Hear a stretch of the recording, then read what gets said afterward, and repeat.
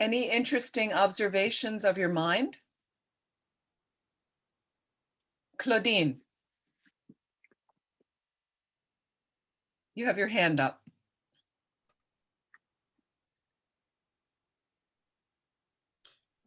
Ouais, mon esprit était un singe très, très, très joyeux, mais il n'arrivait pas à être sage. My mind says Claudine was like a joyful monkey, but not a wise, joyful monkey, she says. Okay. The joyful is wonderful to be moving into that space and looking at, you know, if you feel it's a monkey because your mind is jumping around, grasping for this or that, at least you're aware, you know, slowly, and we can look at grasping also. If it was a grasping mind, what are some of the antidotes to that? We can look at that more specifically too. But it's nice to watch a little bit, right? To see what's happening. Yeah. Merci. Any other experiences? We have a few comments in the chat. My mind moves all the time. My mind was grateful. Yeah. Doing some gardening. This is the season to do some gardening. Ça va, good. Tout va bien. So I looked. Okay, nice. Making prayers for your cat. That's very nice. So your mind is moving, Antoine. The mind is moving all the time. Did you ever notice that? It's hard. So in meditation, we work a little bit to still, but it's okay to notice because the mind is changing all the time.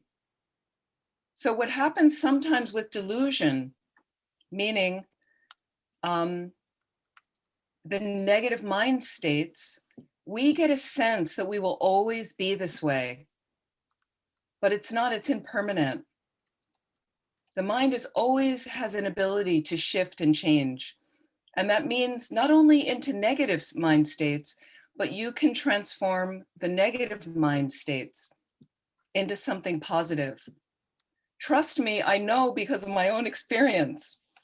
My mind used to be very, very negative, critically negative. It was part of the way I was raised, but I'm not blaming anyone who raised me because they were wonderful. But it was just a karmic contract I signed up for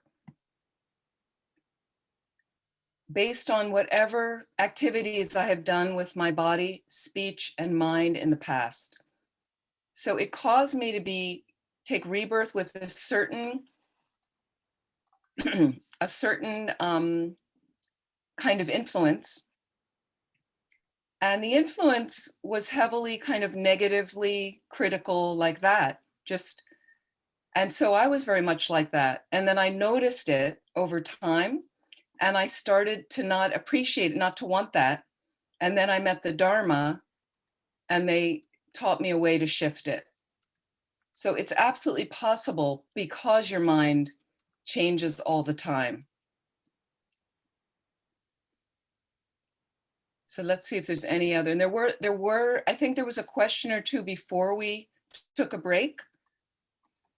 Yes, so we had one that we copy pasted at the beginning, and it's influential. I'm going to read it. It refers to the meditation with the lake you did at the very beginning. Mm-hmm. And the question, it's actually not really a question, but it's saying that then the mind sort of comes in to modify the visualization, for instance, to make it more clear or more correct. And it's difficult to, and so it's trying to modify it, and it's difficult to let completely go of that. And yeah, that's the way it's phrased. Okay. So about the lake, meaning you're checking to check the surface of the lake being calm and clear, if I understand better? And I don't remember who asked the question, because now it's asked from us, from the center. So Okay.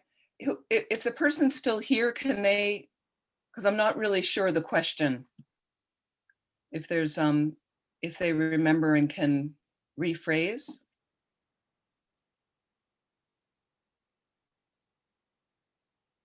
Because otherwise I So, think, yeah. Arnaud, quelle était la question? What was the question exactly?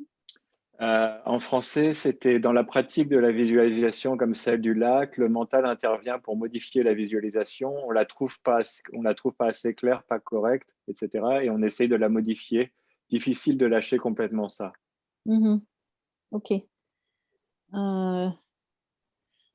So the person asking the question about the lake is saying that when we are meditating on the clarity aspect, our thoughts are modifying the visualization of the lake, which is not clear at some point. So it gets busy trying to modify the image of the lake instead of focusing on the clarity aspect. And we have difficulty just letting go about it. Sure. Okay. Yes, now I understand. Thank you. Merci. So that's very, very common. And anytime we meditate, and even people, the basic beginning meditation often, but this is not really characteristic for Tibetan Buddhism, but is to focus on your breath. Right? Where we're used to that. Go back to your breath and, bring the mind back to the breath. And you try, it's the simplest thing because we're always breathing. So, but we don't have any focus on the breath. And we notice that we're off the breath more than on the breath. So this is about training our mind, and it's very, very common. So even if you say clear lake, and then we start, so it's all about training the mind slowly. And some people have a very difficult time with visualization, right? So some of you, I say the lake or the clear sky, and if we're not familiar, and sometimes they'll tell us, visualize an aspect of the Buddha. And those of you that do something called Vajrasat for practice, you try to visualize that aspect of the Buddha that helps us purify. And people say to me, I have a very difficult time visualizing. It's very common, right? But if I say to you, visualize an apple, visualize the pizza, you can visualize that, right? For a lot of people, it's simpler, and they go, oh yeah, I can visualize. I close my eyes, I can see the pizza. I can see the apple. I can see baguette, right? So because we're familiar, just familiar. So again, please be patient with yourself. So again, the mind does feel busy because I've got the clarity, but now my mind is off. I'm trying to sharpen the clarity, but then I'm trying to think of, well, this is a thought that comes up and now there's a bubble. And so just add slowly, slowly. And because right now we have 45 people that are all at different levels.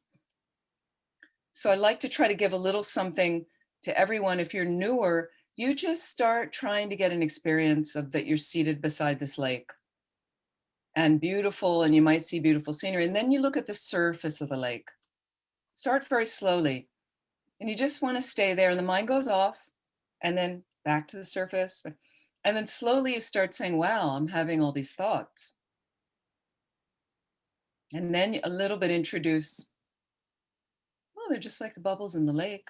Bubbles sometimes surface on the lake, or go back to the sky. If the sky, I gave you two types, two different meditations, both about clarity of consciousness only. That one thing, the one aspect of the mind, clarity of consciousness. Maybe the lake doesn't work well, but the sky was better, then do that. Then try that, if that's helpful. Now, the other thing is we're going to do a meditation a little later. The reason is if you've just eaten, maybe some people have had a little snack. So again, let's be wise with our meditation. It's really hard to sit after you've had a meal. A snack is easier. You know, less in the stomach, easier to meditate. More in the stomach, I find it harder. So if you have lunch and you're on retreat, you know, I have lunch usually on retreat before noon, if I'm on a, you know, even a day-long retreat. So I might not do my next serious meditation session until 3 o'clock. Because let me digest. And in the meantime, I might do some reading, any little errands I have, journaling, something else like that. I might recite some prayers, but I can't really do any. It's harder for my mind to sit when the stomach is full. So these are just little tips as well to do it at a good time. Let's see. I hope that was helpful. So slowly, you know, be patient with yourself, be spacious with yourself. There's a question, I think that's the one we just took. Yeah. Then there is a comment from Clémence saying that he appreciates the meditation; they are very beneficial, and that he thinks something that can be offered to friends looking for peace. And then I read that one. Thank you. Question from Malika. So she says that you mentioned solidifying the negative experience, and a sort of negative energy remains. And she's asking how to, it's difficult to translate, to unfrozen the body, these sort of sensorial blockages and nerval blockages, and how to also strip oneself from the sensorial memories of that. Okay.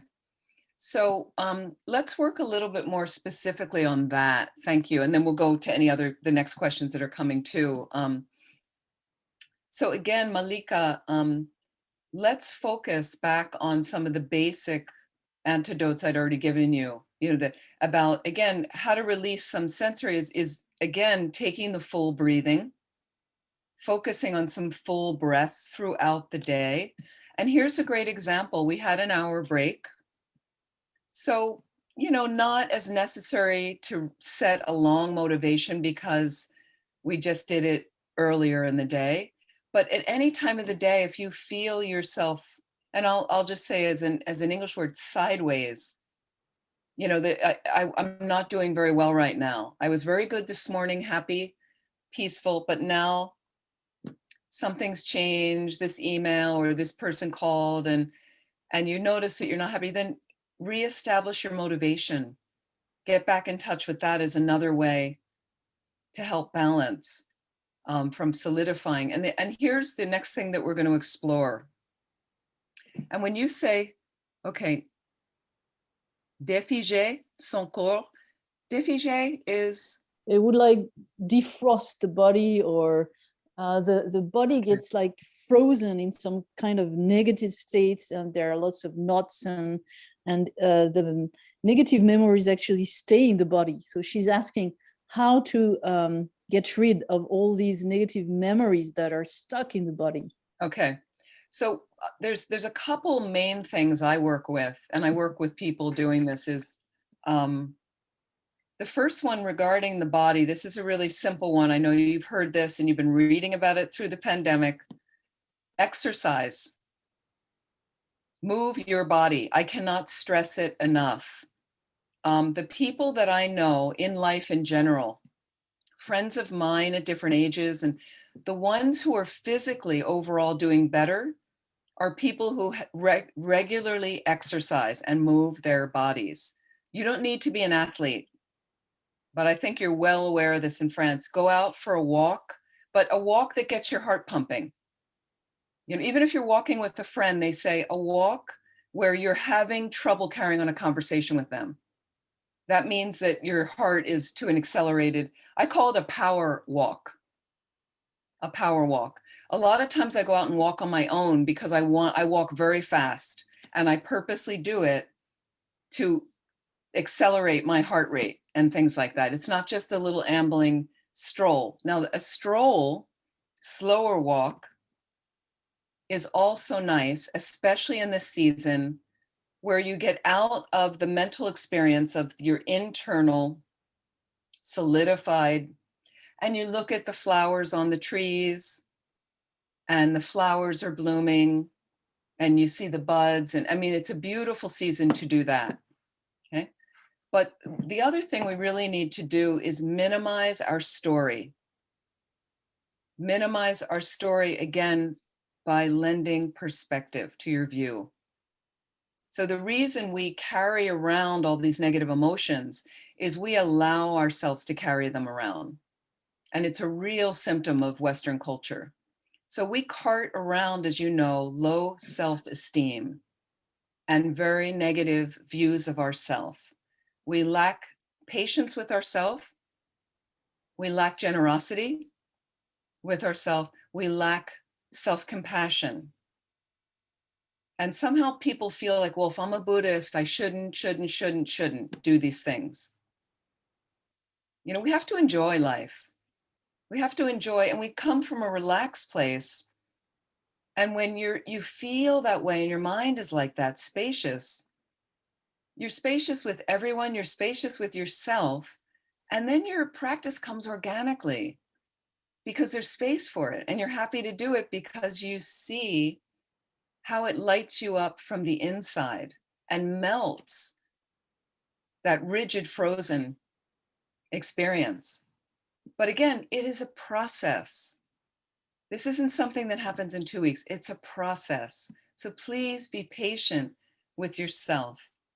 But about lending perspective, again, perspective, meaning there's a number. So I do private counseling sessions with people, like what I would call spiritual coaching.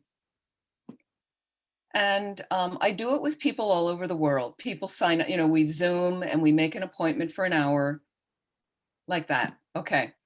And there's some people that when you start to take yourself very seriously and you've forgotten, and as Buddhists, it's much easier because Buddhists are framing themselves in a method, especially in this tradition of bodhicitta.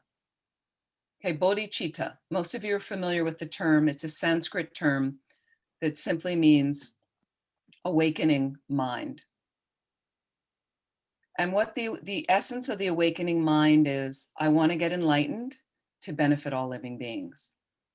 And my path and skillful means to do that is to practice compassion and cherishing others more than myself. But also because you have a motivation to benefit all living beings, all, that includes you.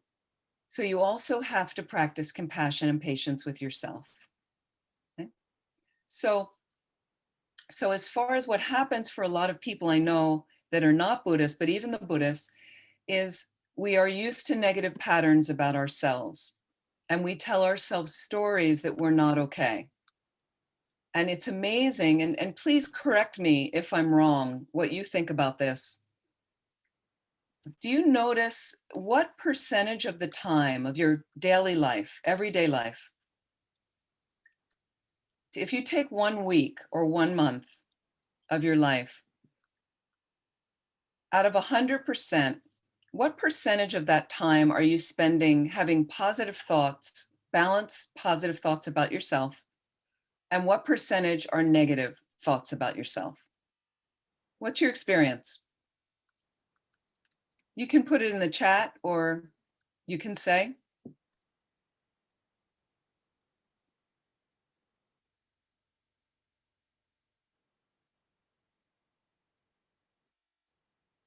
Any comments? Be honest, right?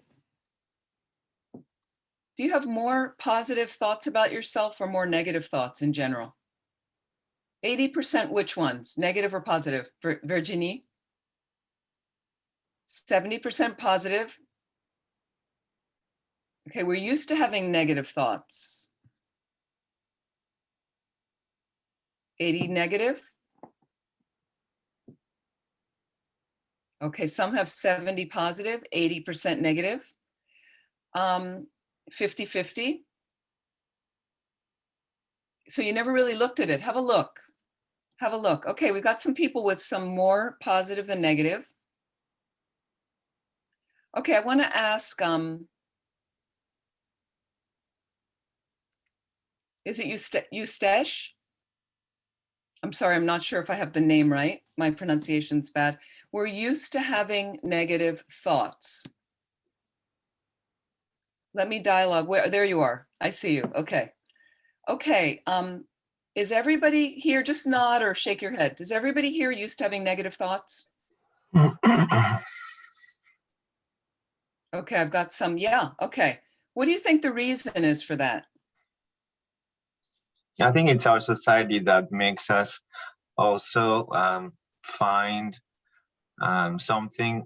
When someone says something, we always try to find what's wrong with it, because maybe it's a way of seeing ourselves better. So if we lower the other people, then it's sort of putting us above the crowd. Yes, thank you. Okay, now here's the thing. The crux, the basis of that is because we want to be better. So I need to put somebody else down to put me up. So it comes from a fractured place, a broken place. If I felt okay about myself, okay, and Buddhism makes you happy about yourself. You get real with yourself. Once I'm happier with myself, I get happy with other people's happiness and joy. But when I don't feel good about myself, from that low self-esteem, I get competitive. I look around. Paranoid comes from that.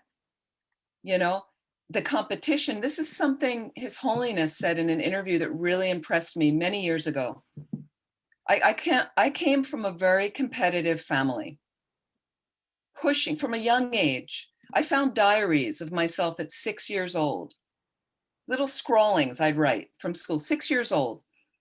And whatever the grade, I had to get better than that. I had to, at 6 years old, it was already imprinted in me, right?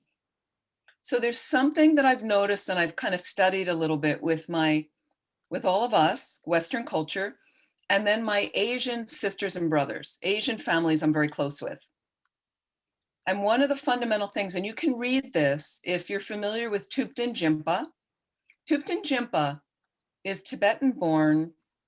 He is the interpreter for His Holiness the Dalai Lama when His Holiness teaches in the West. And Jinpa is a lovely man. He was a monk for many years. He's a professor at McGill University in Canada. He teaches online a lot. You can find him online. He's wonderful. He's a dear friend. He's a wonderful man.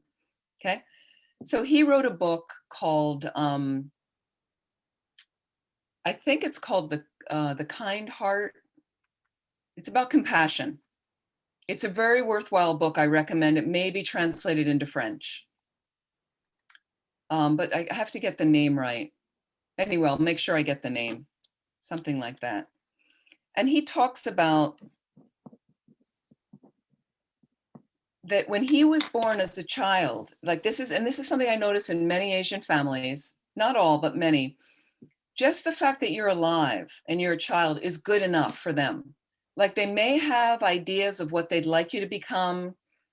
And there are some competitive Asian families that I do know, but just the fact that the child's alive, especially Tibetan and Sherpa culture that I'm very familiar with, you're just valued because of that.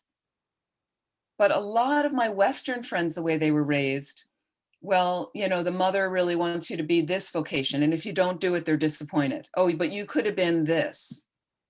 You know, oh, you never got into that university. Oh, it was always a disappointment. The one you went to wasn't really good enough when it was still a good university. I've heard this with so many of my friends. I've heard it in my own life. So you're never good enough. And then as a result, you compete because you're feeling broken. So if I bring somebody else down, okay, but here's an even more primordial thing. And Jinpa mentions that in the book. Now in this primordial, this is from some self-compassion books I've read. I would recommend These are Americans, but the books I think may be translated into French. There are websites as well. One of them is a psychologist named Kristen Neff. I'm just going to put her last name in the chat. You can find her online. The other one is Christopher Germer. They've written books on self-compassion. They're very helpful. And both of them identify, am I going too fast, Nadia?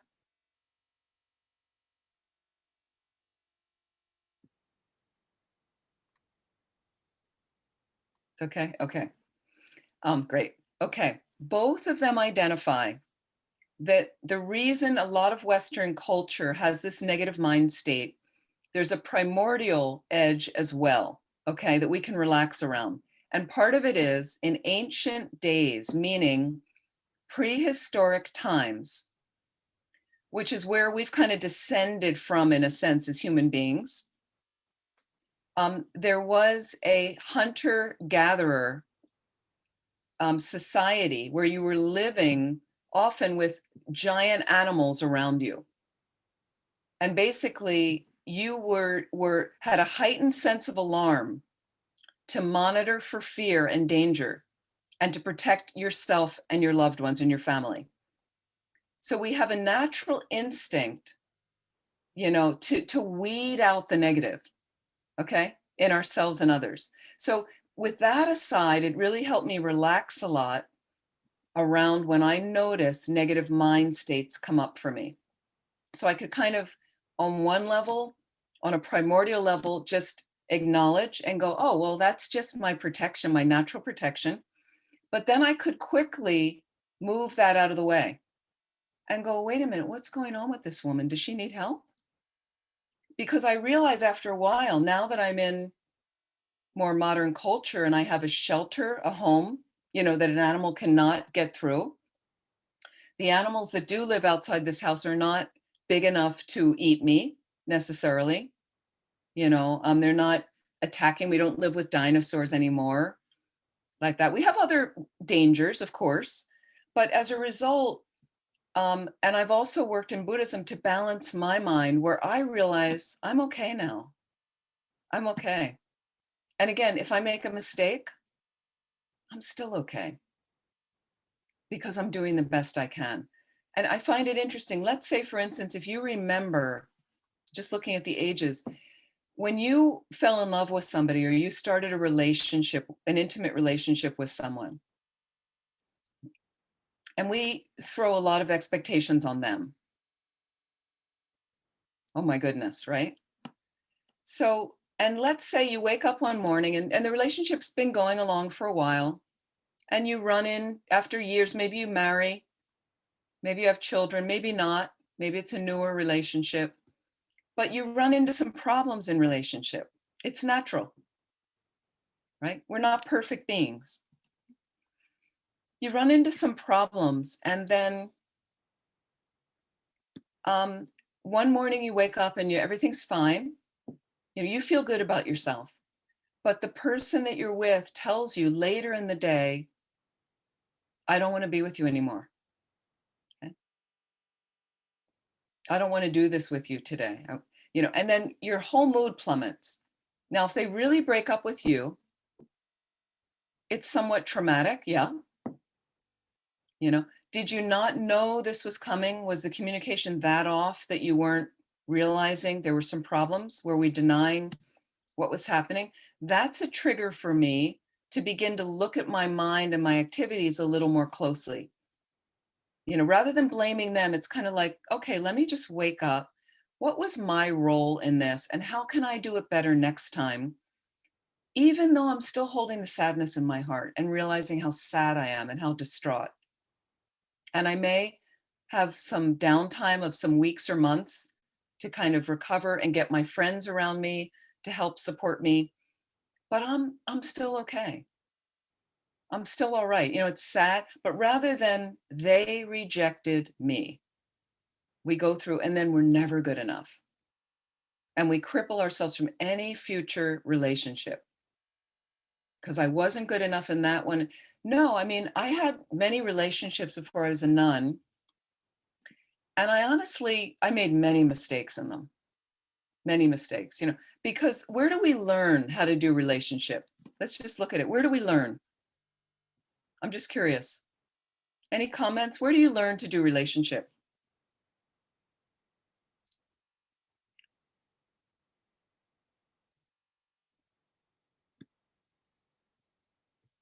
A Fearless Heart, Virginie, that's the book. Thank you. A Fearless Heart is Thupten Jinpa's book.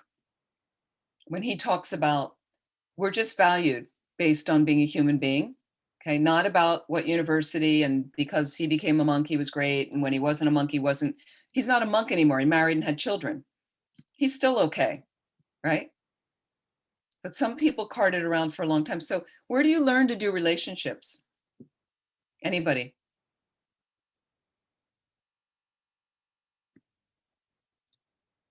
By experience, from your parents' love, yep. Your family, of course, right? Now, so let me put it this way. We learn intimate relationships from parents, grandparents, friends, from our own relationships. Are any of those people enlightened that you're aware of? Not really likely, right? So they're muddling along just like anybody else. And I'm also amazed when a lot of people come to me that are parenting children. They're parenting children. And they really, if any of you, especially the mothers, how many of you have kids? Just put your hand up. Yeah. And the mothers I know in the pandemic, especially in the States, I think have had some of the hardest times, especially people of color. The Black women in the States are at the bottom. It's been really a rough ride for them, really a rough ride. So the thing is, a lot of the mothers I know during the pandemic are blaming themselves. They're not a good mother. They're not really doing everything they can do for their kids. They should have done this. They should have done that. The fathers aren't doing that as much, but the mothers, and a lot of reflection about your kids goes back to the mother. So where did those mothers learn how to mother? From their mother. I know all of you went to the wonderful Sorbonne and Cambridge of parenting schools, right? No. There should be a school about parenting, but there isn't. You learn from your parents, you learn from your grandparents. They all made mistakes. And somehow here we are. They managed to raise good people. Okay. So again, we have to just realize where we're coming from to learn it. So we try each relationship to learn from the mistakes I made to make it better. So the next one I have, I don't fall into the same hole again. That's the best we can do. And so what I find though is people start solidifying these really heavy trips about themselves, and they make a huge drama about it. And some of you know what we call in the States drama kings and queens. You may have your own word in French. And there's some people I know, everything's very dramatic and they make a big story, and it starts in childhood. It starts in childhood, and you need to kind of cut it off with kids right away. And I'll give an example. A couple friends I know, my neighbor on this side, we're very close, my street. We have wonderful neighbors. The houses are right next door to each other. They have two young children on this side. One of them is a daughter about to turn 9 years old. She's like a 36-year-old as far as her maturity. The things that come out of her mouth to me are stunning. How she processes info, but she's going to be a real force, this young woman, this young girl. And I see how she's very bright and she's lovely, but I see how she's pushing her parents in ways of very sophisticated. And we know kids like this, no problem. But I can see how she makes a big deal about things. Like I was out front with her the other day, and all of a sudden she'll go, and I turn around and I'm like, what? She's 8 years old. This is an 8-year-old. I look at her and her mother's on the front. I can see her mother fed up. Her mother's done. Because this is how the young girl goes about. Everything's a drama. And her mother rolls her eyes. And I looked at her and I said, what's the problem? Like very calm. What's the problem? Is there a problem? And she's like, well, he pulled his car too close to the other car and I said, there's no problem here. Why are you getting hysterical? Because through her hysteria, she gets her younger brother upset. She's a leader in the neighborhood kids. She gets another kid upset. Then her mother yells at her. And I said, why don't you take it down a couple notches? We have that expression in the States, bring it down a little bit. Let's look at the reality of the picture. You see the car pull in. I said, and I told her, I said, you know what I saw? I saw everything was okay. And my mind's pretty calm right now and happy. How's your mind? I said to her. So I do these exercises with her. Her mother loves it, right? And then she says, oh yeah, I like my mind to be spacious. I'm like, so you need to grab them when they're young. Let's try not to feed into it, but we also feed into it as adults. And people get used to that some people are just always, high kind of reactive mode. It's not, but you check your mind when you're in the reactive mode, it's not very peaceful. And look at the ripple that goes out from your reactive mode.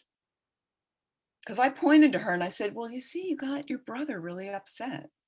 He was just playing on the tree, but now he's all kind of freaked out. And he learns from you, you're older, to get all hysterical too. And that's not peaceful for your household, is it? So she starts thinking about it. Okay. I did this with my niece from the age of 16. She was interested to do it. When they're interested, some of them are not, but she's now 29. She's a very reflective, sensitive person, doing incredible work on herself from that age. So we have to really deflect this solidifying the self, that it's all about me. It's all about self-cherishing when you do it. Do you ever feel about the impact you have on others? And what happens is when we're in that mind state, we're never thinking of others. So why do we want to go there? So sorry, that was a long answer too, but does that make sense? Because it's a big one for Westerners. We have a big story about ourselves. We are the center of the universe, and that's really not realistic, but it makes you suffer more. Are we communicating? So as far as that negative mind state, back to Eustache as well, is again, just being aware on one level, the primordial fight or flight, I need to take care, I need to protect. But then if I realize quickly, oh yeah, everything's okay, can I exercise a more spacious, positive view by practicing that? Okay. Now here's another thing that helps very much is we have a practice, as many of you have heard in Buddhism, called rejoicing. Rejoicing. And this is when you hear about somebody's good fortune. Now again, competitive society doesn't rejoice. You go, well, how come he got that car? How come he got the job? How come their flat is on the such and such with that view? And they got an extra room for less money. You're always picking apart. And then you feel your mind is not peaceful. The mind's not peaceful there. So what I heard in Buddhism was about rejoicing. And I was not a natural rejoicer coming from this competitive kind of wrought family system, even though, my family was wonderful, but still this competitive edge of things, you can always do better. And that means getting ahead of somebody else. And so with rejoicing in Buddhism, I didn't do it naturally, but I heard about it, but I practiced. This is why we call sometimes meditation practice. You rehearse, and we need to rehearse and practice until we're perfect. And just like those of you that play musical instruments, those of you that practice some sports or did when you were younger, those of you that cook and are very familiar and comfortable with cooking delicious food, those of you that read a lot, you probably have a habit of reading a lot, okay? So the reason you're good at those things is because you do them over and over and over again. Right? We practice, we rehearse. It's the same thing with your mind. But with the mind, we don't seem to have the patience to want to do it because we're not used to being still, to watch the mind at times. And a lot of it is due to our technology.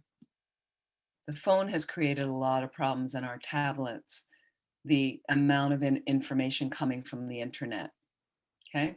So we have to battle around that and take some tech holidays, which I do, where there's a day where the phone doesn't even get turned on. Right? Give your family, if there's an emergency, another way to contact you, or check it once a day. Or if they know, that's the day you're not going to be on. People get used to it, and you need to give your mind a break and see what else arises in the space. Okay. Initially, you might feel like you're giving up a drug habit. Many people I know trying to ask me for help about their addiction to their technology, like that. It's not really helping, and social media and things like that. Okay. So with rejoicing, in the beginning, I wasn't good at it, but I heard about it from Buddhism. And so I'd hear about somebody having some good opportunity, being able to do retreat and being able to live there and having those things. And I practiced. So this was the beginning of the practice. I at least got my face in the space. When you're rejoicing, you want to, it's kind of like that, but my mind was not there. So I would think, like, I heard somebody's going to Hawaii. Great. Would be my response. Like, my mind was not great, was not happy, but I tried to, but if I did it again and again, now it's natural to me, comes automatic. I hear some good fortune for someone, inside I'm happy. And it only came from practicing like that, forcing it. So again, it's contrived. It's forced. That's okay. And we have an expression in American, fake it till you make it. Fake it until you make it.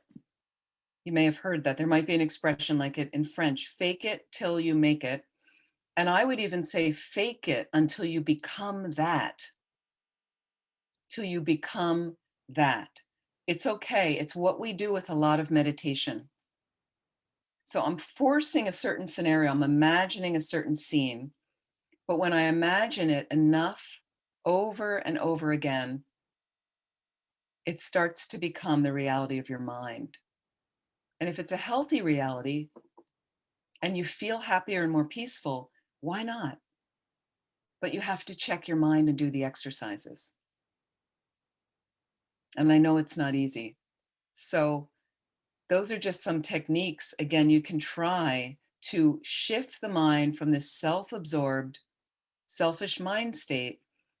That's the cause of our suffering. That's one of the main causes of the suffering, to being more expansive and thinking about, oh, what about this person? What's their experience? We're going to do a meditation also about that. Okay.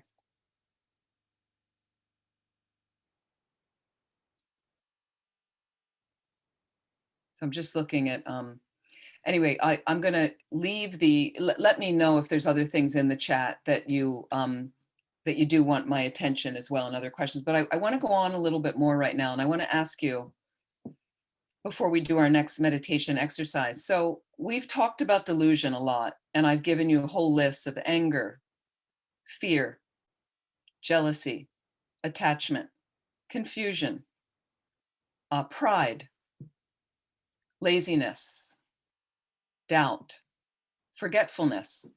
I think you get the idea. Depression, anxiety. We understand.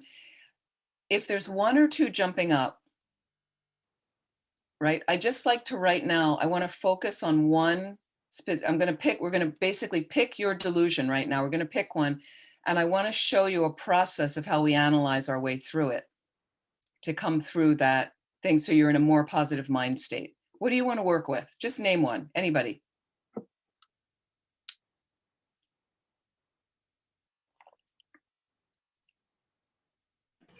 Attachment.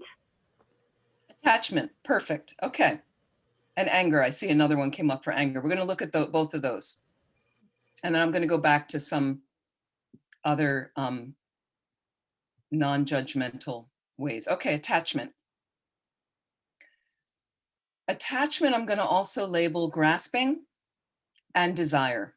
These are all similar things. Now, let's first look at attachment. The first thing you want to explore is, what is attachment? We think we know what it is, but what is actually attachment? And here I've got a little definition in my notes. Attachment is defined as a mental factor that perceives an object as attractive, exaggerates its attractiveness, regards it as a cause of happiness, and wants to possess and retain it. Let me repeat that. Attachment is defined as a mental factor that perceives an object as attractive, exaggerates its attractiveness, regards it as a cause of happiness, and wants to possess and retain it. Now, we grow attached to people. That's one of our hardest attachments, especially our children. But we also grow attached to things and places. Okay?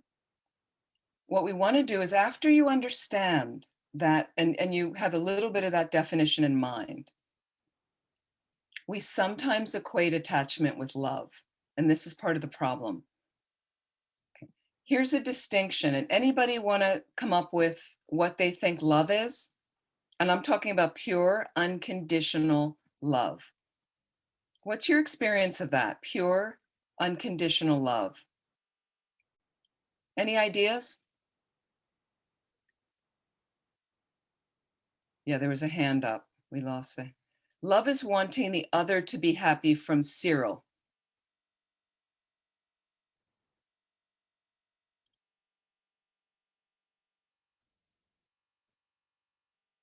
Okay, some of them,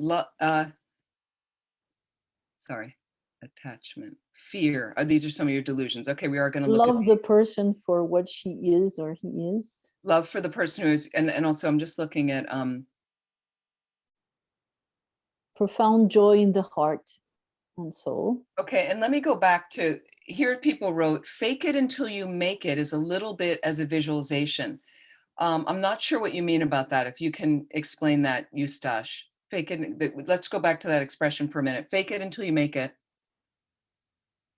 For me, it's like when you visualize something, you try to see it as something real, which is not real.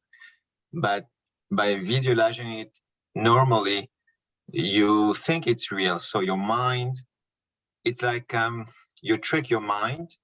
So for me, when you fake something, I mean, if you understand how to fake it, then with time, it becomes real, meaning it's not faking anymore because it becomes real. So for me, it's like, if you're really doing the visualization and it works, then for me, it's like similar. Yes, it can be like, and when we're practicing Tantra, it's really like that in a way. So it's very related to that. But again, you want to have a balanced mind state to practice from, where you're not visualizing and you're not in an imbalanced state to visualize things that are unhealthy for you, like that. But yeah, I think very much so. And there are studies about fake it till you make it, you know, from some of these psychologists that, you know, again, it's about processing and using our minds to create healthier mind states that we're simply not used to as Westerners. A lot of us are not used to it. And here's another thing is, so I read a book last year or 2 years ago in America, it became a very popular book called, it was called Untamed, Glennis Doyle, Untamed, very American kind of book, but the French women would love it as well. And Untamed is about women's power and how we have really been put into boxes for a long time. Okay, so, you know, we have our various things going on right now in the world around that. But one very interesting thing I found about it was, and this is something women tend to do that I've known, that I've worked with, close friends, whatever, colleagues, is when there's a woman that's really, excuse my language, but we might label them, we have an expression in English, when someone is a badass, okay, we have this expression, you sometimes think that's not a good thing. But more and more that expression is being used for somebody who's boldly challenging some very unhealthy norms in the world. And they stick their neck out there to kind of be the first person to do it. But what happens a lot of times for women is other women are looking at them and feeling afraid. And so from that fear mode and from the mode where we doubt ourselves, men do this as well, but and from, you know, is we look at that object, that woman, and we try to bring her down and we criticize. So again, this is the opposite of rejoicing, right? It's an old habitual pattern that we learned from mothers, we learned from our grandmothers, our aunts. It just was a way that society functioned, especially in the States. I know that, you know, I was raised in that, you know, based on a woman showing off her beautiful body with some beautiful clothes, but we'd look and say, the slit in the skirt is too high. For, you know, out of jealousy or what, you know, she's really beautiful. Like she's got it, why not show it off? When you see a guy with his shirt off and all his ripply muscles, people go, wow, hot. But a woman can't do that. Not as free. So this book really acknowledged, celebrate those people that, but they're doing it in a balanced way. They're not doing it out of their kind of self-cherishing. They're doing it because they're being authentic to who they really are, you know, because some of us are wild, and wild in a good way, I mean, right? So, and that's okay to be acknowledged. So the book was more about that, where we're always afraid to acknowledge the wild. And I mean wild only in a healthy, good way, like that. So back to, let's see, back to what we were talking about. Okay, attachment. So thank you so much, because you've all pretty got, love is wanting the other person to be happy. Okay, that's what love is. It's really, and here we have acceptance, respect, absolutely, but it's really the key is wanting the other to be happy. Love is the fact of experiencing life, but true love, according to Tibetan Buddhism, is wanting the other person to be happy. So a lot of your comments are key and right on and come from that, okay? Here, wanting the happiness of the other person, not in regard to myself. And here from Malika, attachment is you love the person more than they respond to you. Renvoi? What's that word mean? If somebody can translate, because I cannot That's see the question. Yeah. Where is the question? Renvoi would be the feedback that the person gives us. Yeah, so that's not the real essence, is you want them, you care about their happiness. Okay? Attachment is, I want to be happy. That's the difference. So we equate love and attachment. And you think, well, if I'm good to my kids and I'm attached to them, attachment's good. But you're motoring your kids through life based on your agenda, what you think should happen for them. Now, we have to take care of our kids and build good values into them. There's no doubt you have to guide them, especially when they're younger. But then I see parents with older kids, and it's all about the parents' agenda, what they wanted for them. They wanted them to go to university. They wanted them to do that and have that vocation and marry that person and live there in that house because of how it was going to look to others. That's not love, that's attachment. So often with our loved ones, it's mixed. It's love and attachment. It's love and attachment. Okay. So we just want to look at that. So we want to get clear, and we first explore attachment once again through the definition. And then we want to explore, if attachments are a big delusion, well, what's wrong with attachment? Okay, well, look at your mind when you're attached. It's disturbed. It makes your mind unpeaceful. Your mind is unclear. It leads you to do silly and dangerous things. Okay, you drive recklessly to impress somebody, right? You get really loud at a party telling these silly jokes because you want somebody to notice you. That's not helpful, right? Your moods from attachment go up and down, right? Some people are very moody. You know, we're very happy when we get what we want. And then when we don't get what we want, we're not being noticed, unhappy. Okay. And if somebody that you are very attached to becomes depressed or they're very anxious, you can get anxious and depressed as well. So you want to understand how, again, this is looking at your mind. And please, tonight, what I'd like you to do until we meet tomorrow afternoon, you have tomorrow in the morning, like that, is I want you to just follow attachment in your life. Notice if it gets activated. Watch your mind. How does it work? It could be something simple where you were looking forward to having eggs tomorrow morning for breakfast, or that piece of bread, or the last thing that was left over that you were really, and somebody else ate it, or it's gone off, or the egg broke, or there's no more eggs left.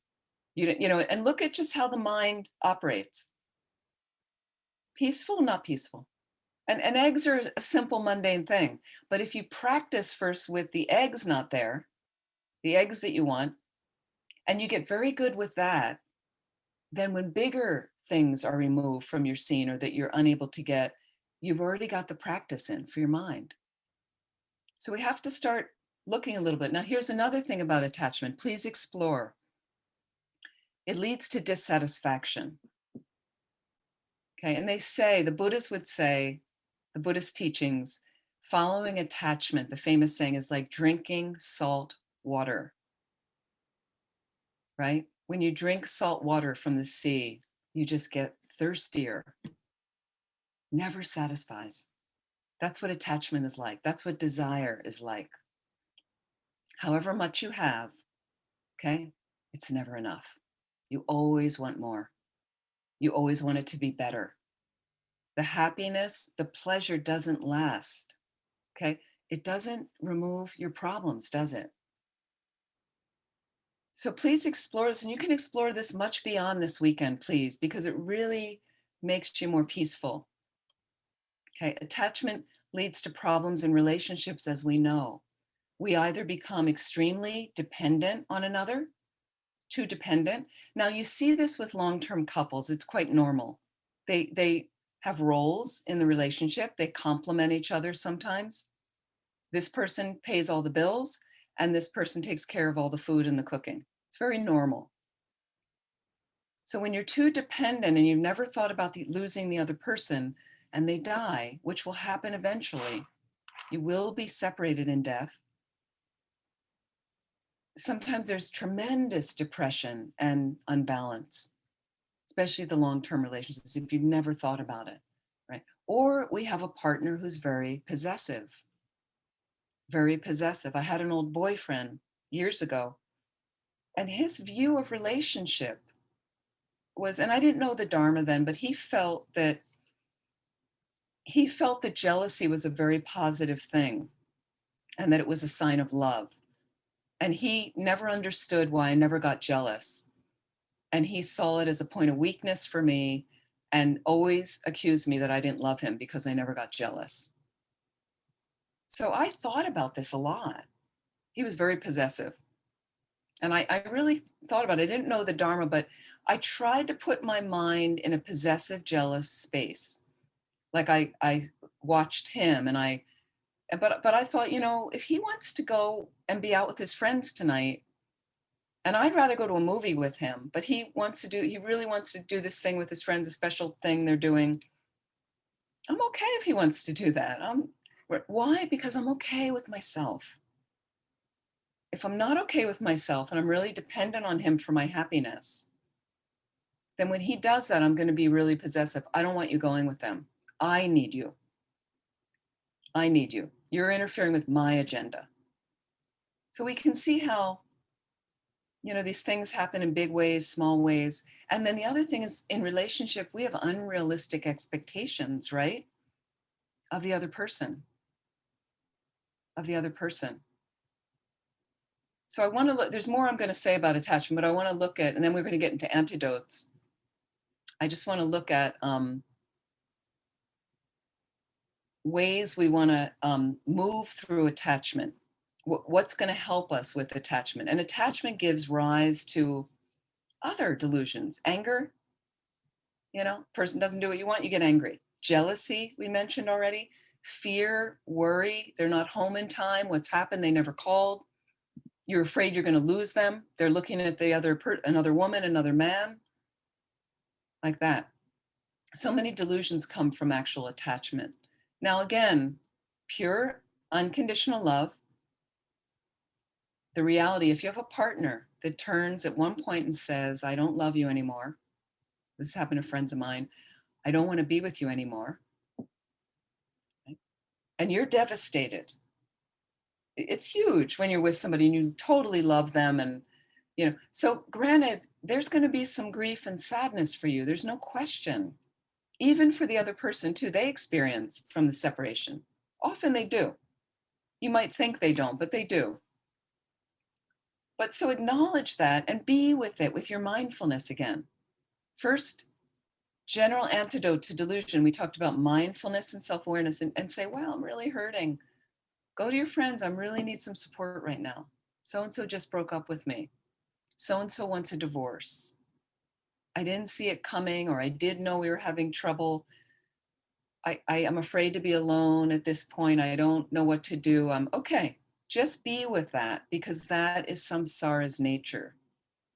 Samsara, again, the cycle of turning through birth, old age, sickness, and death. It's all suffering.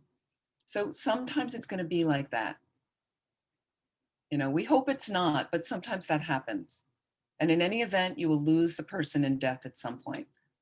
Either you die first or they die.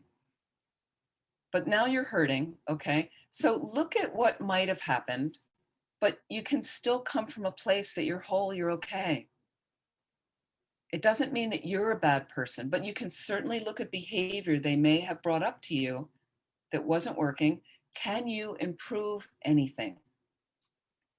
That's great. Self-reflection. Because as a Buddhist, we are once again inner beings. In English, I-N-N-E-R, inner beings, meaning if this is hurting me here and this person is saying this and it's really disturbing me, I can blame them, but that doesn't sort it. Let me look inside. I'm first going to acknowledge that I'm hurting. I'm not going to deny that. This is really painful for me. I didn't want to break up with them. I thought I'd be with them the rest of my life, right? Or they're the father of my children, whatever it is. So acknowledge all of that and then look inside, what could I do anything differently? You know, well, there were those things. Okay, I do need to improve that. I can improve it. And I can have another relationship. I'm going to take a break, give myself some space, which is not going to be easy. And they need to move out and whatever's going on, like get through whatever you need to take care of. You do it. And then let me also realize I want to improve for the next time. I'm okay. I'm still a good person. You know, I'm the same person I was before they broke up with me. So why suddenly are you garbage after they broke up with you? Unworthy. You're the same person. You're a good person. You're a human being who's trying. So this is where we want to rebalance a little bit when it gets hard and somebody wants a divorce or breaks up and then we want to put it in reality. So if you have any notion of emptiness, let's analyze right now what we do with attachment. Let's analyze with a person. This is what happens. I'm just going to give you an example. Here comes a person walking toward you. Okay? This is a person you notice you're attracted to. You're attracted to. Let's say you want to meet a new person. Or can you remember when you met your loved one, your beloved? when you first met them and you hadn't even been introduced yet, but you saw them, however that came about, and you see them across the room or at the party or in the restaurant, and a little, nice goes off in your mind. That's nice. I like that. Okay, let's analyze. We have to analyze what's happening to beat attachment. All of the delusions we need to go into your mind and analyze, please. And we will do an analytical meditation. So here they come. Okay, now let's look at what's going on. I'm going to call what is there, them, this person, the raw information, data, D-A-T-A, data, information is coming out there. And the way it's approaching me is through my sense faculties. And in this case, if they're across the room or they're just walking towards me, for the first thing that gets engaged is your eyes. Okay, so I've got the eye, the organ, okay, that operates due to my visual consciousness, which is in the mind. The eye, the organ is physical. That's part of the body. It has that unique way, the visual consciousness, of connecting with the physical body and allowing it to operate in a certain way. So that visual consciousness activates my eye and it takes in information, which is shape, form, color, dimensions, like that. Okay. Now don't forget karma. Karmic seeds are in my mind stream, and every moment they're ripening, many mundane karmic imprints. You know, I want to brush my teeth. I want to go to the bathroom, mundane. But then we have very positive imprints, and that ripens in happiness for us. Okay. I have negative imprints in my mind from negative deeds I've done in the past that ripens in suffering for me. But right now, what's ripening is happiness. What that does is it projects from the eye consciousness, projected fantasy onto the reality, onto the information that's there, the raw information that's in front of us. Let's look at the raw information first before we embellish it. The raw information is person walking towards you that you're attracted to. Well, you've got an oblong, fleshy thing like this. I'll call that the head. And often it's got a material on it, okay? Not everybody, some people are bald, but it's got a material. It's got two circles of color here, a hole here that sound comes out of. That's your basic head material, okay? Now what happens, this is what happens. And then you've got a longer torso, usually covered in material, and 4 appendages. Okay, everybody with me? This is my person, raw information coming at me. Okay, now, my eye consciousness takes in the information, positive karmic seeds ripening.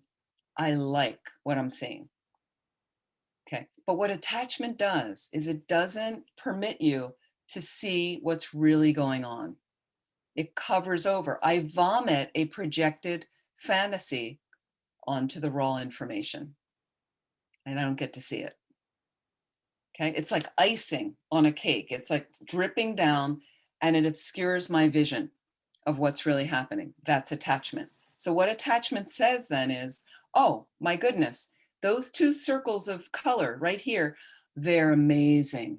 Oh my God, the eyes are so blue or brown or whatever, okay? And then I see this on top, this material that might hang down or lower or be in a ponytail or doesn't matter, be this color, that color. And I go, oh my goodness, lovely. And then this material here is just fantastic. And the body appears to be wonderful. And look at the hands and and I'm totally over embellishing and exaggerating all the good qualities that are there. But I'm not seeing directly, I'm not seeing exactly what's going on there. And then this opens and sound comes out, and it's the most mellifluous voice. And the words are perfect. Okay. And now I'm gone over the cliff. Okay. That's attachment. And we all know, a lot of us have been there. You see the things, and then isn't it interesting? So if this is really an object, a true object of happiness, a true object of happiness, which is about pure unconditional love, but that's not what I'm experiencing right now. Okay, if this is the way true sources of happiness are, the more you have them, the happier you get. The more you have them, the happier you get.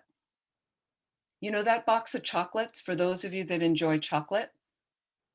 Somebody brings you a delicious box of chocolate. If you like chocolate, you see it, you just see the box and you go, oh, I wonder if it's for me. Oh, it's for me. Oh, they're giving it to me. I'm excited. Okay, you open it. All the most incredible, delicious, yummy, creamy, but I've imputed onto this source of happiness. My happiness is in this box. Wouldn't it be easy if it was like that? Okay.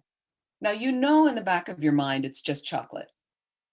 But I have seen some chocoholics, I'll call them, who really put a lot of pressure on the box. Okay. Then they take a piece of the chocolate. Okay. And they eat it. And it's really fantastic. It's really wonderful. And they're tasting it. But then what happens is they may have a couple more pieces and they may end up overeating the amount they should eat. And then they feel sick. And then they start with, I shouldn't have had that last piece. And then there's another part where they offer the box around once to whoever's there, but they want to keep the rest of it for themselves and they hide it. I know some people like that. The grasping sets in. Okay. So then they have to sneak when they want to have another, it's not pleasant. It's not an experience of generosity or sharing that wonderful feeling because it's out of balance, the experience of the chocolate. They've over-embellished this experience and thinking it brings lasting happiness. If it did, the more chocolate you would eat, the happier you'd get. It's not the way it works. Eventually, you eat too much, you get sick. Okay. So what kind of chocolate is mundane? Chocolate is very mundane, but that's kind of what we put on all these objects of attraction. So much we're not analyzing to see how unpeaceful it makes our minds. And Lama Zopa Rinpoche once said, and this really was interesting, he said, and Lama Yeshe was very much about, if you're going to eat chocolate, enjoy. Like be there with it, present with it. But what happens is we're eating and we're already worried about the next piece. So I don't even taste what's in my mouth. I've seen people with pizza. They're waiting for, we're going to have pizza tonight. We're going to have pizza tonight. We're having pizza. They order the pizza comes, they pick up the pizza, there's the pizza, and they're just shoveling it in their mouth, barely tasting it. And then when you eat that fast and put it in your mouth, then they end up eating too much. And then later they're like, oh, I don't want to see the pizza. Throw it away. I don't want the pizza. Again, these are mundane experiences. Lama Zopa Rinpoche cut it to the reality. Analyze. He said, when you eat chocolate, it is delicious. There's a delicious sensation. Okay, let's explore the reality of it. The deliciousness and the pleasure of chocolate is from here to here. That's it. From when it goes in the mouth, the taste, tongue, taste buds, like that. And then once it passes here, there's a little aftertaste, but it's gone. It's really gone. There's no more pleasure. You have to experiment yourself with it. So again, it's about being present with what's going on. Let's go back to our person now. Let's go back to the person. Again, you vomited the projected fantasy on them, not seeing them clearly. And how many of this has this happened for you? We say falling in love in the States, falling in love. Some of us have known that experience. Okay, I call it falling into obsession. Because love is very much about wanting the other to be happy. And a lot of times you get into the new relationship, you meet this new person, and it's really about me deriving my happiness. It's attachment. It's not that I'm not focused on them and their happiness. And in the beginning, because you get near true unconditional love, you are somewhat focused on them as well. But doesn't it change over time? And isn't it interesting how this wonderful Adonis or Adoniset, this brilliant, wonderful being that you've grown some attraction to. And I don't know if any of you, I'm sure you've had this experience, because I certainly did. You meet the person, it's all very exciting for 1 month, 2 months, 3 months, maybe 6 months. Going along well. Then usually after 6 months, something changes. Their feet smell. You can't stand the thing they do with their hair. I can't see them wearing that shirt anymore. I'm so sick of that shirt. Do they ever wash it? Like, you start noticing cracks in the brilliant porcelain sculpture. The cracks were always there, but attachment won't let you see them. Because again, it vomited a projected fantasy onto the reality. That's what attachment does. Over embellishes, again, exaggerates all the good qualities. So I don't see clearly. So you want to go back and analyze.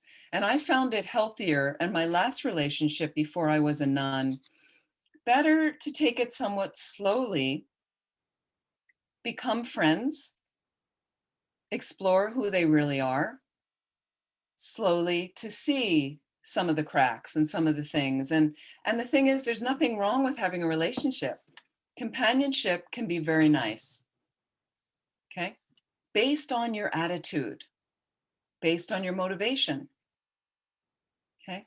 So basically, if I'm realizing I'd like to be with somebody, maybe you'd like a lifelong partner, maybe you want to get married, maybe you want to have children.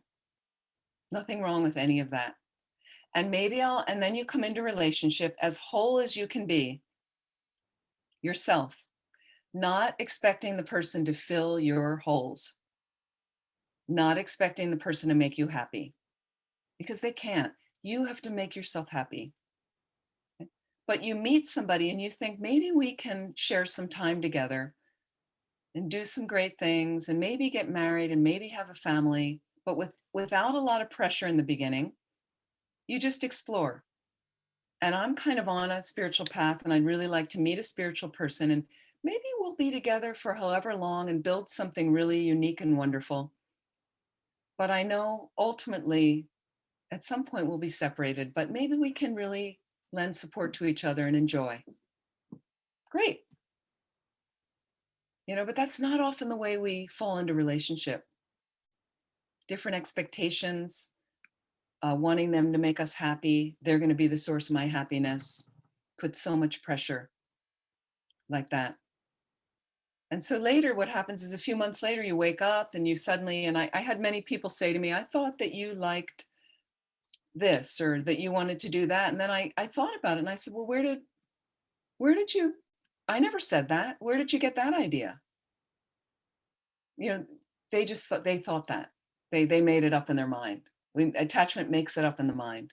I want the person to be this model of what I'm seeing in my mind, but as a result, I'm not really seeing them.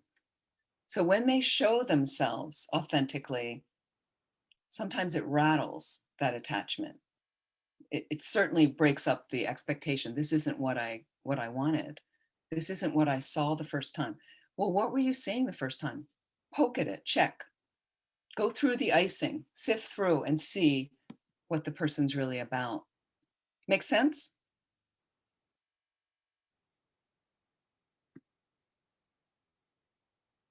I'm sure people are a little tired.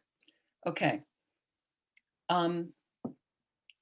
Attachment causes you to be reborn again and again. The grasping. If you ever study the 12 links of dependent arising, the grasping and craving is two of the links, craving, grasping, and they cause you to just cycle again and again. If at that last moment of life, you have some desire for something and boom, around you go again in samsara, right? Attachment can interfere with Dharma practice, okay?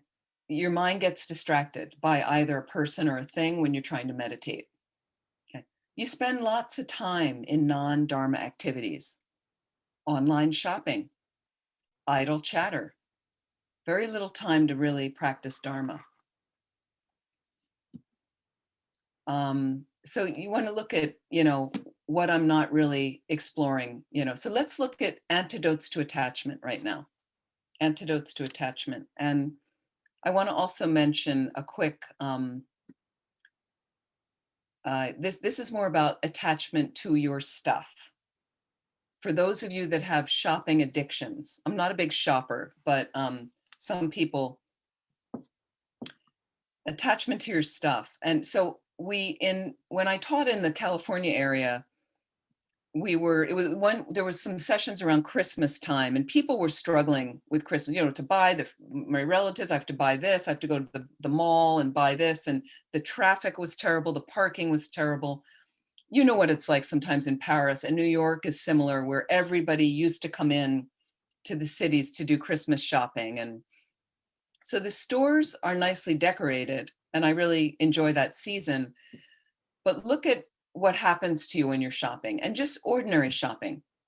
So I did a transformation of shopping a few times with my own mind of how to cut some of the attachment. An example is, there was one day I needed socks, a typical thing you have to buy. I needed socks. Okay. So we used to have this mall area with a big store that has they have these stores in Paris, many departments. Okay. And you can buy different things. And there was one of these stores that used to have a good variety of socks that were not expensive.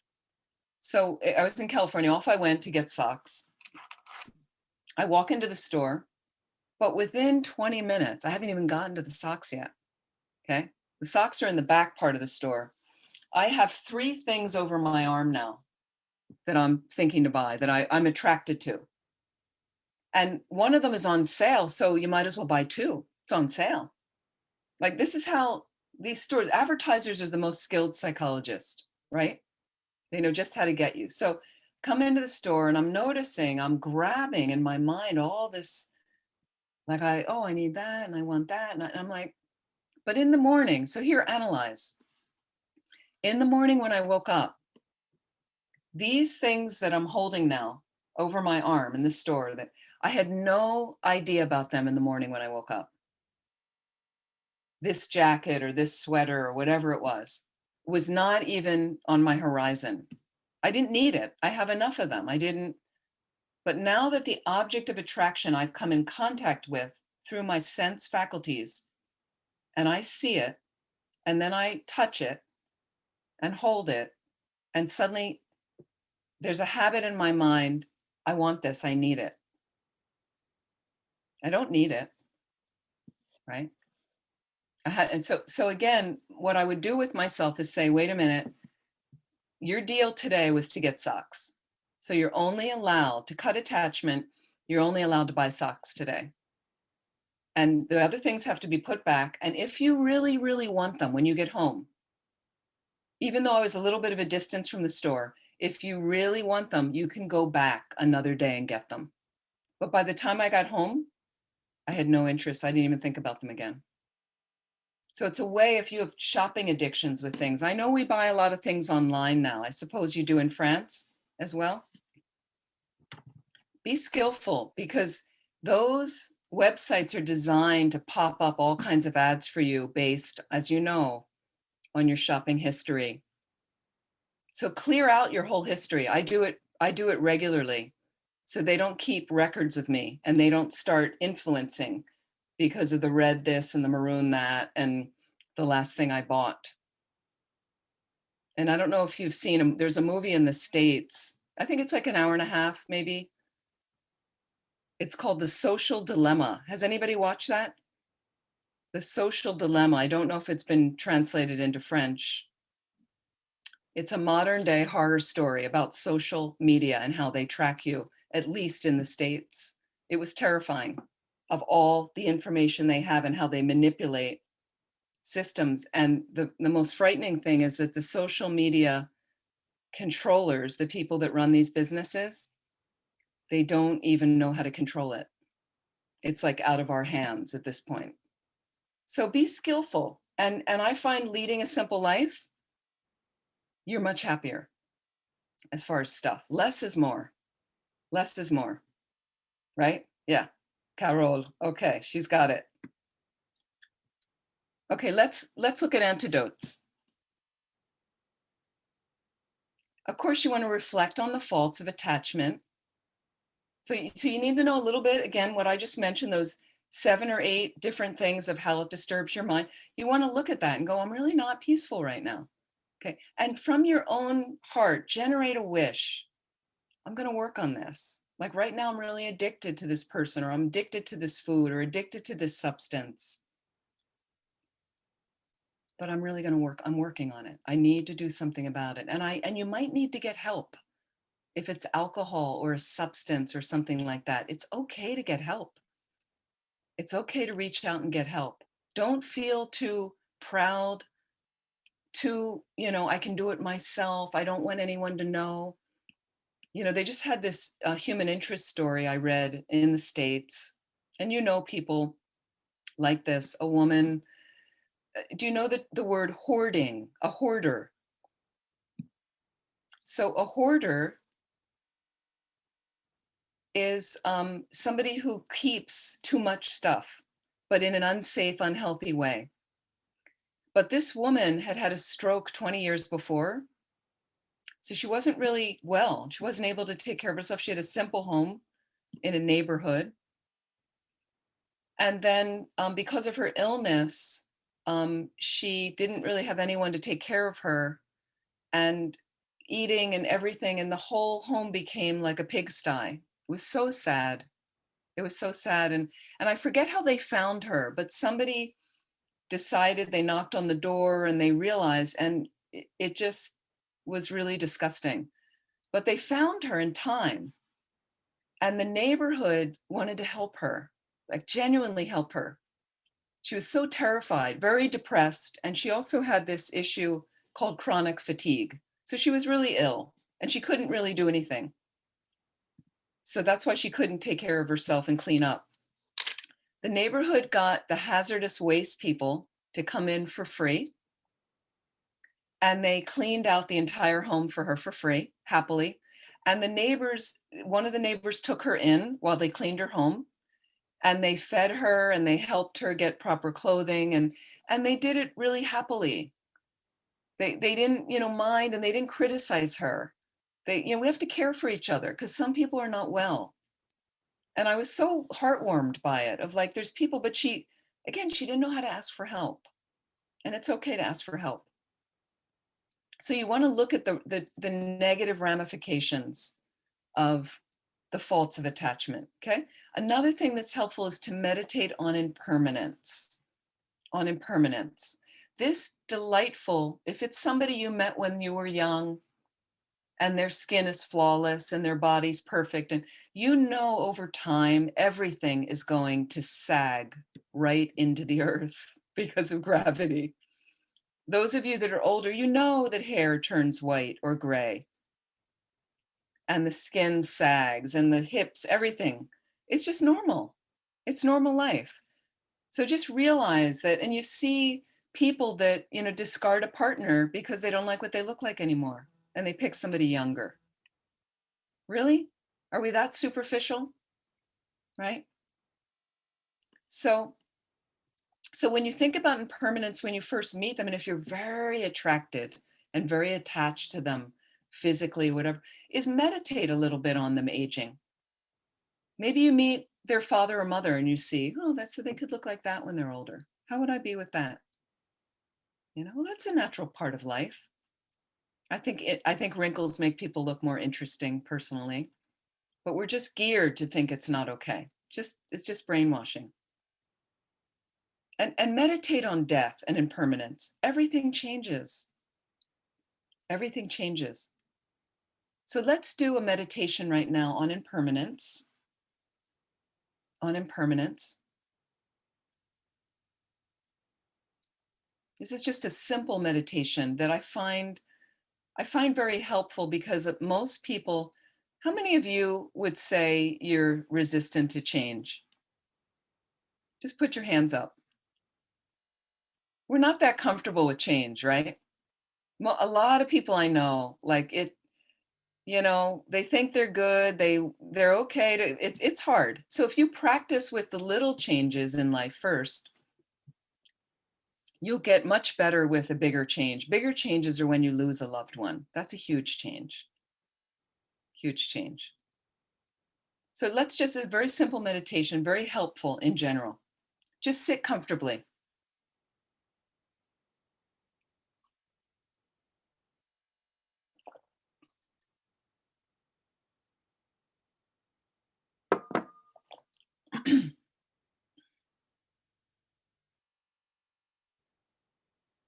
Lightly close your eyes.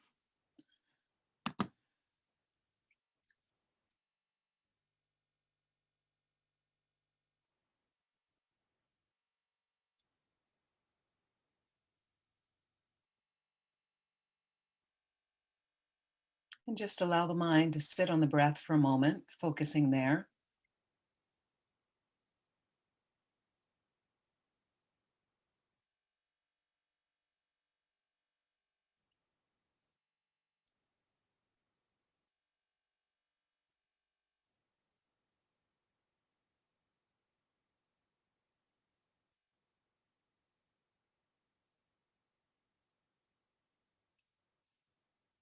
And I'd like you to notice as much as you can right now, any gross changes you're experiencing in your body right now.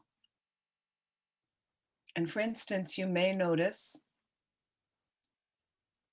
you swallow. You might have an itch somewhere on your body. You might notice grumbling in your stomach. You might move your foot. Or just normal respiration. And when I say gross, I don't mean disgusting. I mean changes you can track.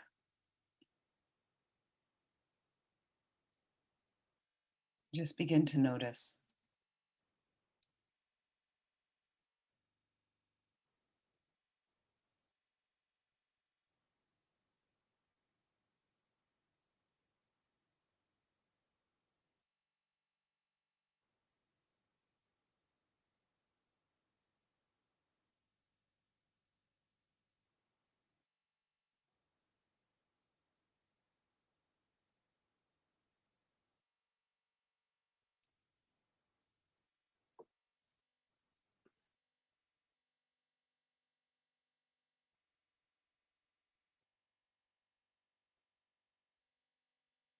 Now, what about the more subtle changes in your body that you may not be able to actually feel?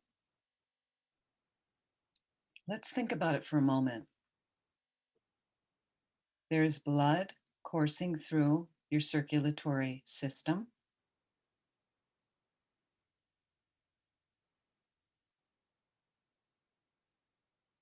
The heart is beating.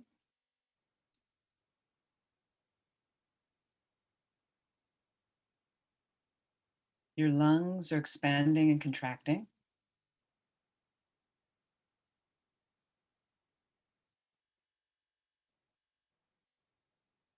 Temperature is regulating of your body.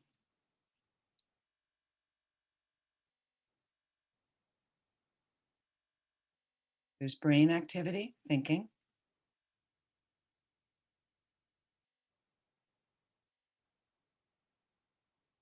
There are cells replicating, dying. Just imagine all the way down to a molecular level. All of the changes going on in your body right now.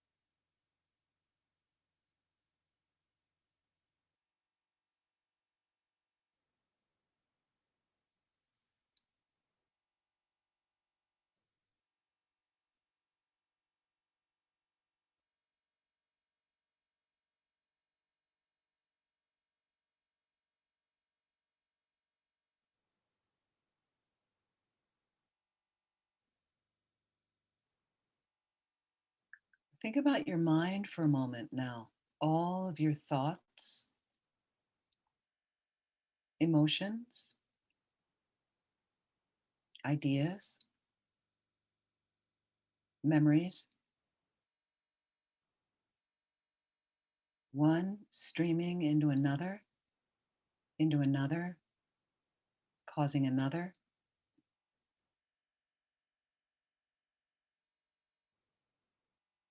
All those ever-flowing thoughts.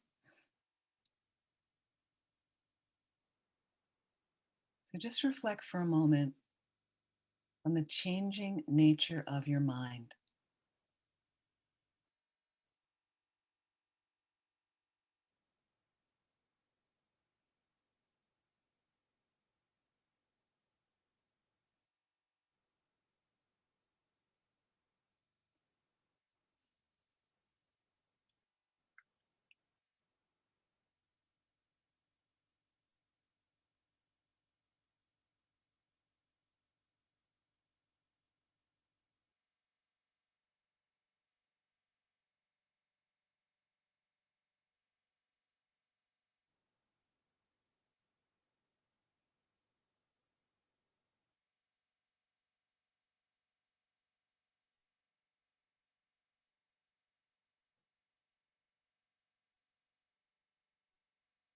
And really try to stay focused there now on the body and mind, your body and mind,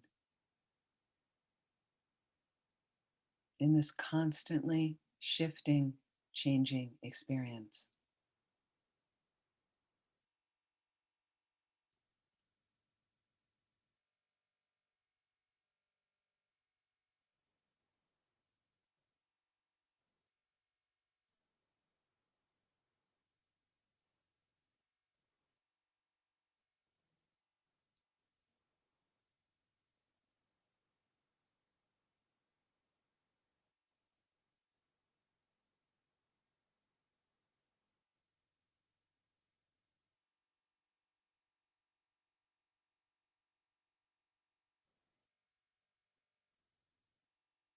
Now let's step outside of that for a moment to our external reality.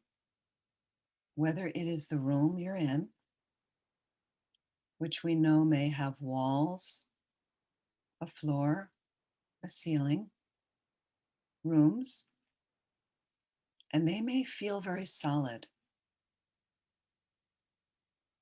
But we understand, as a physicist might experience it, they're just made up of molecules moving in a slower configuration that makes them appear more solid.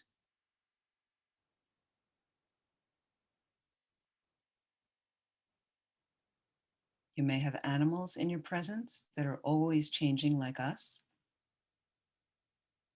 If you go out beyond the walls of your apartment or your house, there might be an elevator moving in the building, doors opening and closing, people walking by on the street, cars moving, trains moving, trees growing,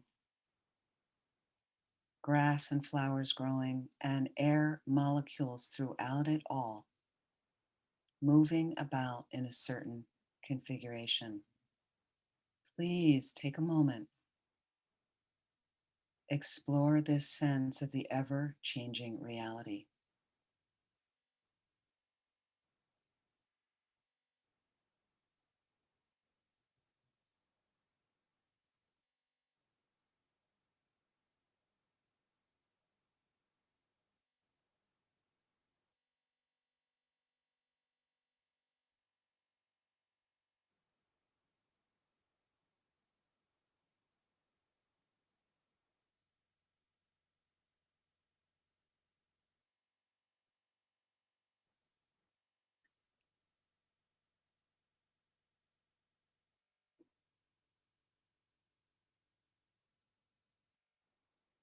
Everything changes.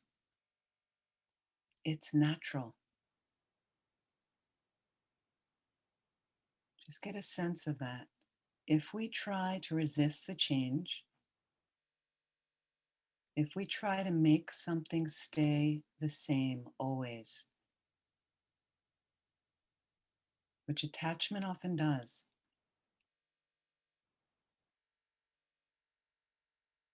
think of the suffering you create for yourself. Think of suffering you've experienced in the past based on your having this mindset, not wanting things to change.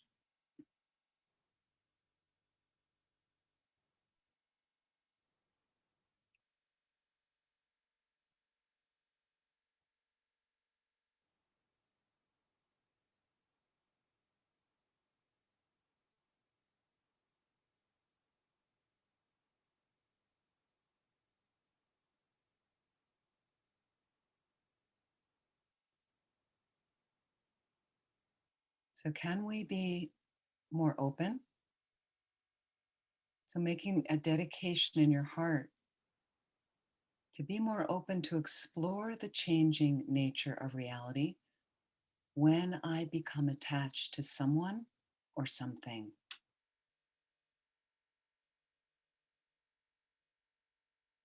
Allow yourself that space.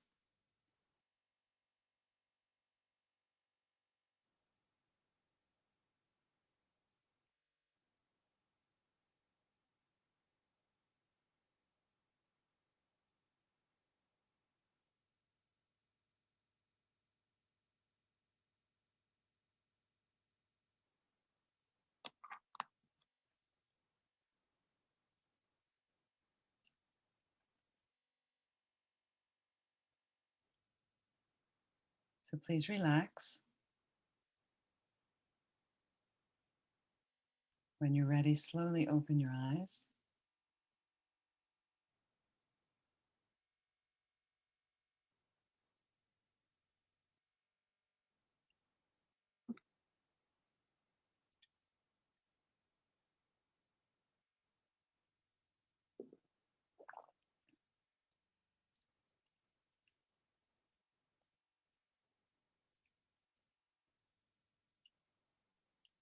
So to deepen this experience we'll go on tomorrow with a death meditation, because with a 9-point death meditation, which is a traditional death meditation in Tibetan Buddhism,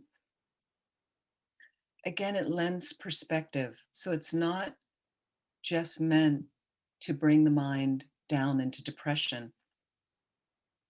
A slight byproduct of doing a lot of death meditation is the mind does become a bit sad at times. That's actually a healthy byproduct.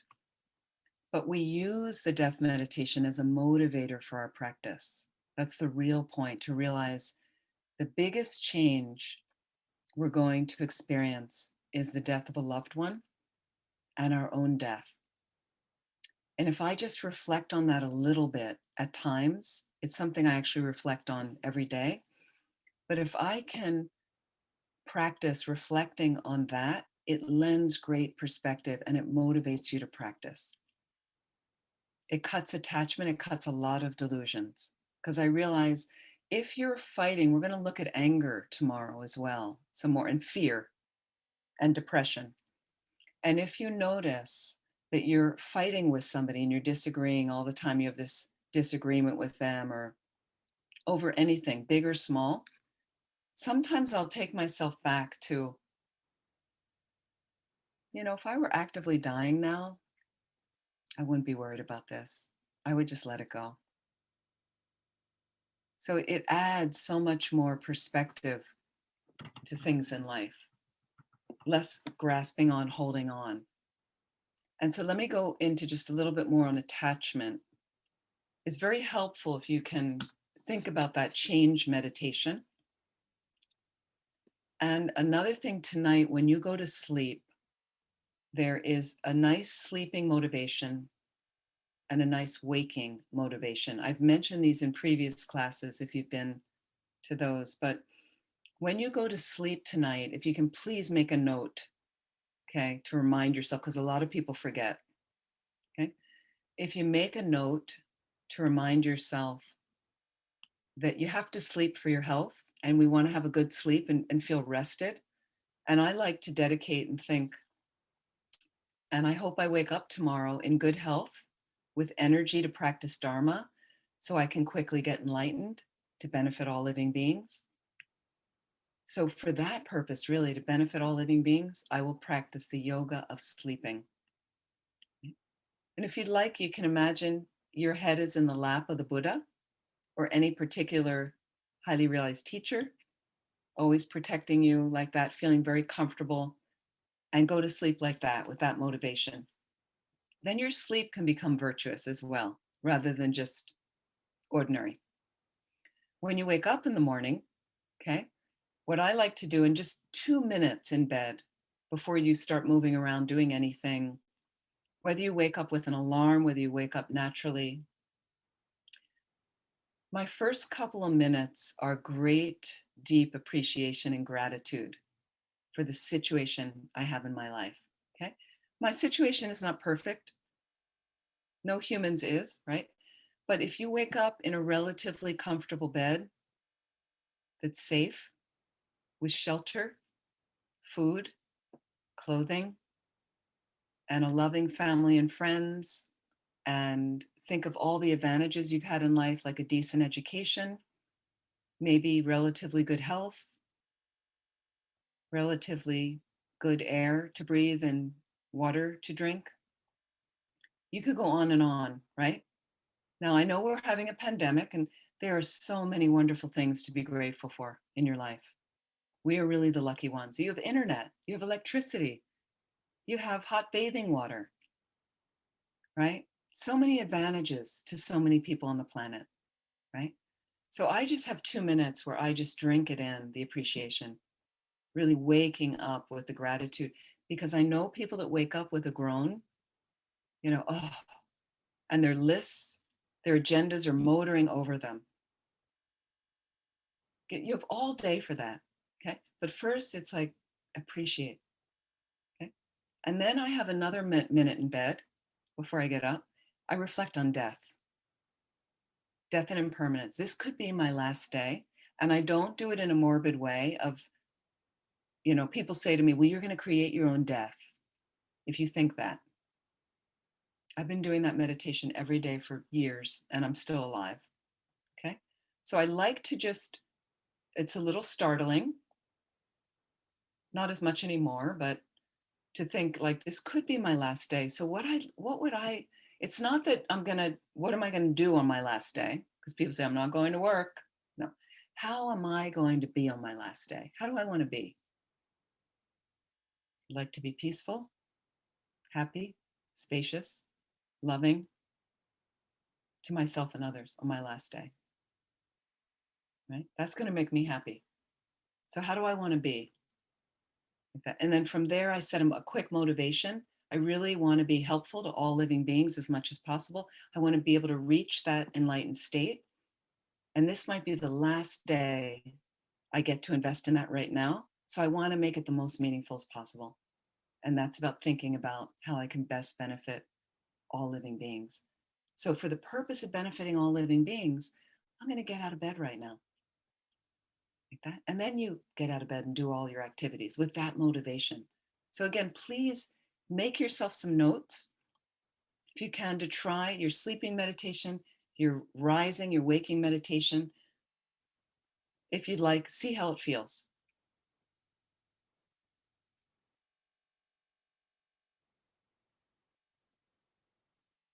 Okay, tomorrow I'll add some other things about attachment. I just want to check if we have any last questions, comments.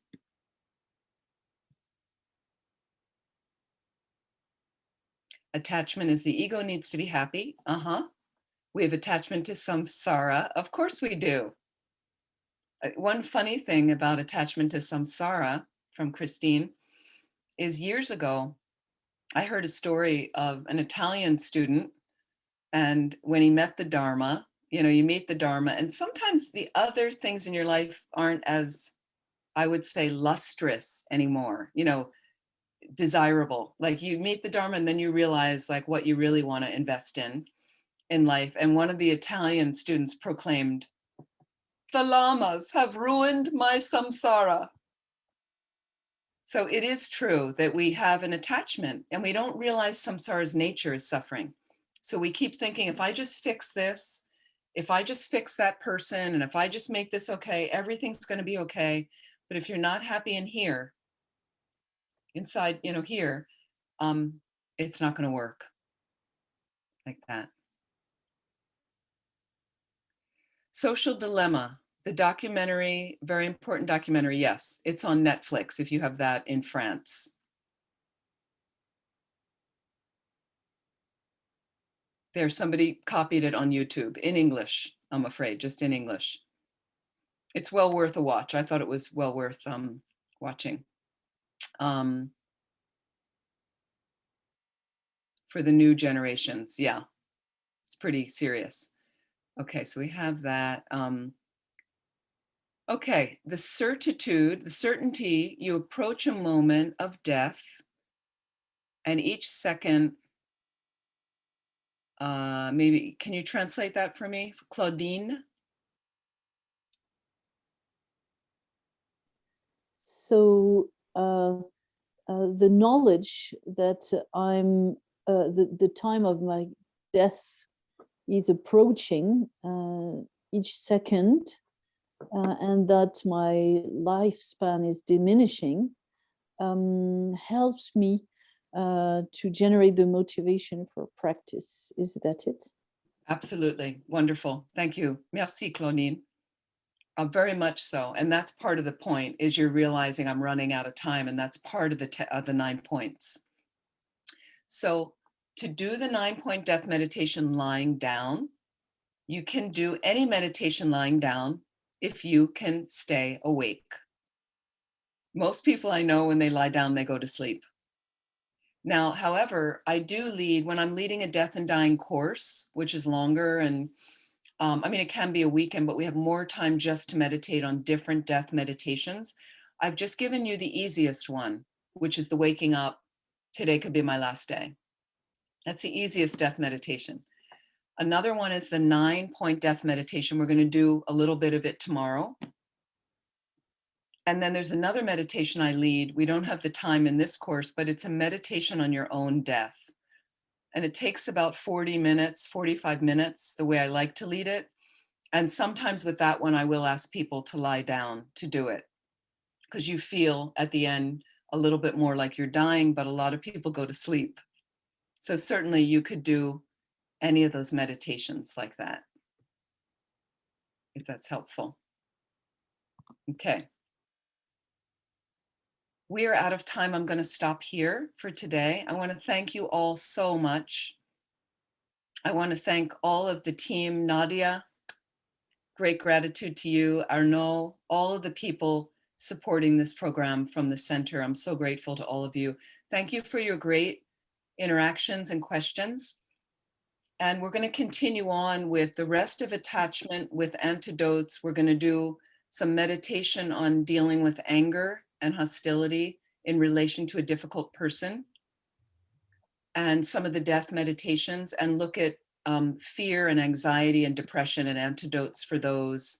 And hopefully we'll get some time to talk about guilt and things like that. So hopefully it'll be helpful. So again, tonight we have some exercises. Continue to watch your mind as best as you can, but give yourself some space, go out. I know it's evening now. Just space out, look out the window a little bit, give yourself a rest. I'd like to dedicate whatever merit we've created from our time together. I'd really like to invest it in our, again, really being able to watch our minds more and better, and learn how to transform and control them better to keep us away from negative habits, so we can be happier and more peaceful and quickly get enlightened to benefit all living beings. I'd like to dedicate to all the people who are ill in the world to quickly be healed. And for those who have recently passed, may they immediately take a good rebirth to get enlightened to benefit all. And for the long lives of our precious teachers, and for the great flourishing of Kalachakra. Merci bien. Thank you, Venerable.